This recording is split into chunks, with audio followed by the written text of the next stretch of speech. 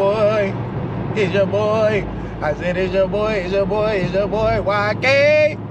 And I'm back in the scatty. Yeah, that scat thing, baby. Yeah, man, it's your boy YK, man. I got something that I was wrong about, man. I gotta bring it right to y'all, man. And hopefully y'all know the story that I'm talking about, man. So, the Antonio Brown situation, man. I didn't address it when it happened, but I gotta address it now, man. Antonio Brown, for so many years, man, he's been one of my favorite players. I ain't gonna lie.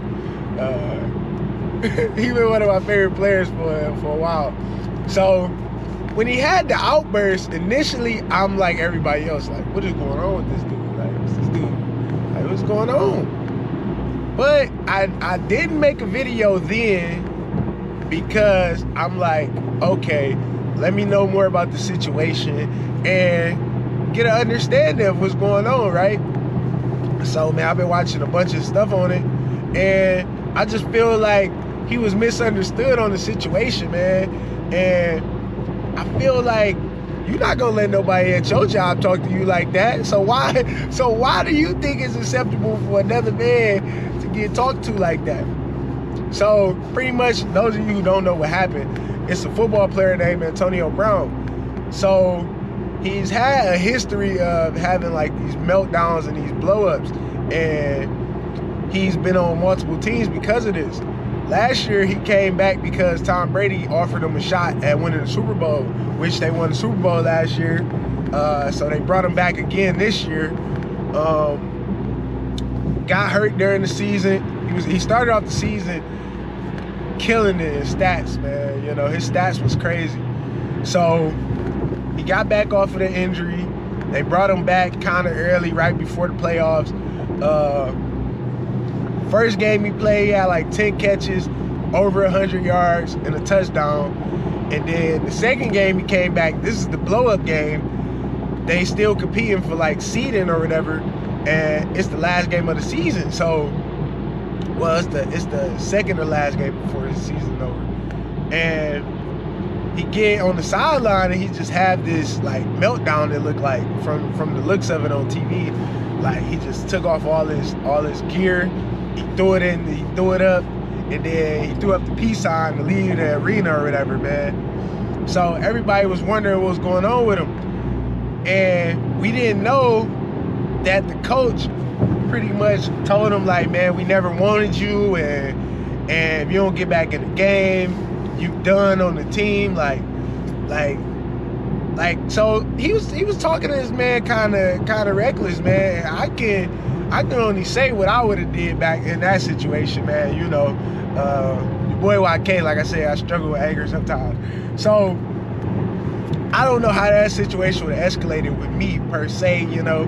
There probably would have been a little more going on. I probably would have been in some legal trouble. But yeah, you can't talk to a man like that, bro. No matter what the situation is, no matter what's going on, you can't talk to a man like that. So we got to make sure we being cautious of what's going on, man. This doesn't just apply to that. I brought this topic up because it doesn't just apply to that situation. This applies in every situation there is. So if you're a boss or if you somebody in management, you can't talk to people any kind of way, man, and just think they just gonna respond just because of the job, you know. Everybody doesn't have that worker's mentality of like, okay, I'm just gonna shut my mouth and I'm gonna let you talk to me however you want to. Everybody doesn't go into it with that mentality, man, you know, and you never know what a person is going through on their day-to-day, you know, for you to talk to somebody like that, you know. So I'm pretty sure it was nicer ways of the coach being able to talk to him for real, you know. Like I said, he was dealing with an injury, you know. You're dealing with an injury, you're not getting the ball, of course you're gonna get mad. You're gonna be frustrated, man, of course. And you never know what a person is going through on their day-to-day, you know, for you to talk to somebody like that, you know. So I'm pretty sure it was nicer ways of the coach being able to talk to him for real, you know. Like I said, he was dealing with an injury, you know. You're dealing with an injury, you're not getting the ball. Of course you're gonna get mad. You're gonna be frustrated, man. Of course.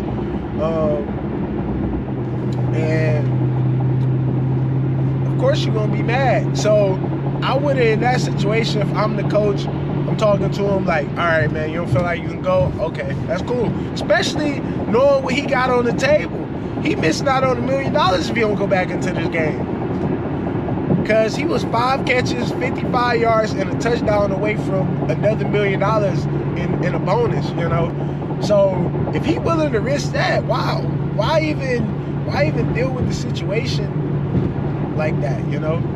But coming from the coach's perspective, he probably felt like his back was against the wall because you leading a group of men, you know, 55 to 75 dudes, you leading, you know, in that locker room. So you got to send a message if you a coach, but you got to send that message in a positive way, man. You can't tell a dude, I never wanted you, and either you get back in or you get cut. Like, that's cool. Like I understand the last part. Okay, if I don't get back in, I'm cut. All right, that's cool. If I don't want to deal with that, then I don't want to deal with that. But you telling me that you never wanted me in the first place and all that extra stuff, man, that wouldn't bode over well, you know? And anybody in the job scene, man, that's one thing you don't threaten. You don't threaten people money.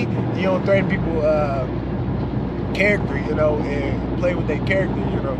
So, yeah, man, that was just my quick take on what I felt about the situation. I feel like Antonio Brown deserves a